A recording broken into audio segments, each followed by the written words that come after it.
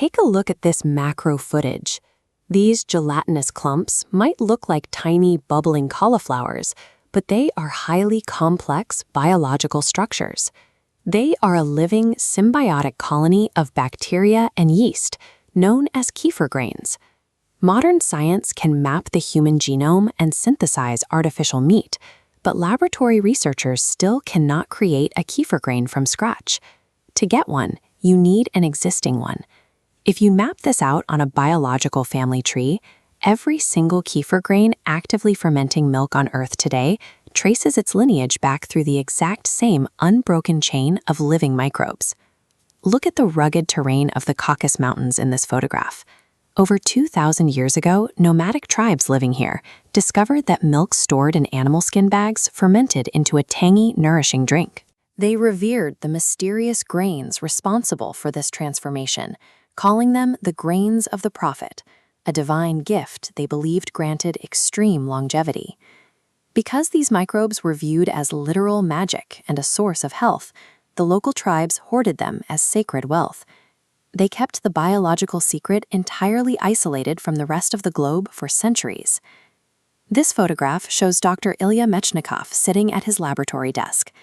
In the early 1900s, Russian scientists were studying the extreme lifespans of those mountain tribes, and they became convinced that sour milk was a cure for various diseases. They desperately wanted the grains to treat hospital patients. As you can see in this 1900s street market, the urban Russian environment was a stark contrast to the isolated mountains. To extract the grains, the Moscow dairy orchestrated a bizarre espionage plot. They sent a 20-year-old cheese expert named Irina Sakharova to the Caucasus. Her specific mission was to seduce a local prince, Bek-Mirza Barchorov, and charm him into giving up the microbial secret. The seduction failed. The prince refused to hand over the grains, and Irina left the estate. But shortly after her departure, tribesmen kidnapped her, dragging her back so the prince could force her into marriage. The Russian Czar intervened to rescue her and brought the prince to court. When the Czar ordered the prince to offer Irina gold and jewels as retribution, she refused them all. She made one specific ransom demand for her suffering: 10 pounds of his coveted kefir grains. She got them. That single act of espionage broke a centuries-old regional monopoly.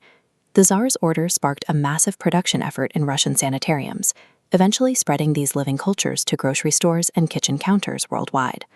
Bringing this ancient practice into a modern kitchen requires specific, non-negotiable tools.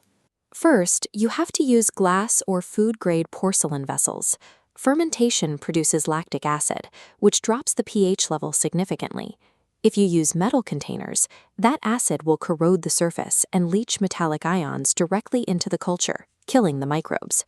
Next, you need a breathable cloth covering, like a paper coffee filter, secured tightly with a rubber band. The bacteria produce carbon dioxide as they eat. A sealed lid could shatter the glass from the pressure buildup, while a breathable cloth lets the gas escape and keeps fruit flies out. Finally, the physical environment matters. The vessel needs to sit out of direct sunlight in a draft-free location, maintained squarely at room temperature, between 68 and 78 degrees Fahrenheit. By controlling the vessel material, airflow, and temperature, you transform a standard jar into a precision-engineered microclimate, the specific environment required to keep a delicate, ancient biological lineage alive. The exact same rules of microbiology apply to fermenting vegetables, like cabbage for sauerkraut or kimchi. The biological mechanism powering that transformation is called lactofermentation. This cross-section diagram shows exactly what happens when you submerge vegetables in a saltwater brine. The salt acts as a targeted weapon. It actively attacks and neutralizes the harmful, rot-inducing bacteria that caused food spoilage, while leaving specific beneficial bacteria completely unharmed. With the pathogens wiped out, a beneficial bacteria strain called lactobacillus is left with zero competition. It begins to multiply rapidly, filling the vacuum left by the dead microbes.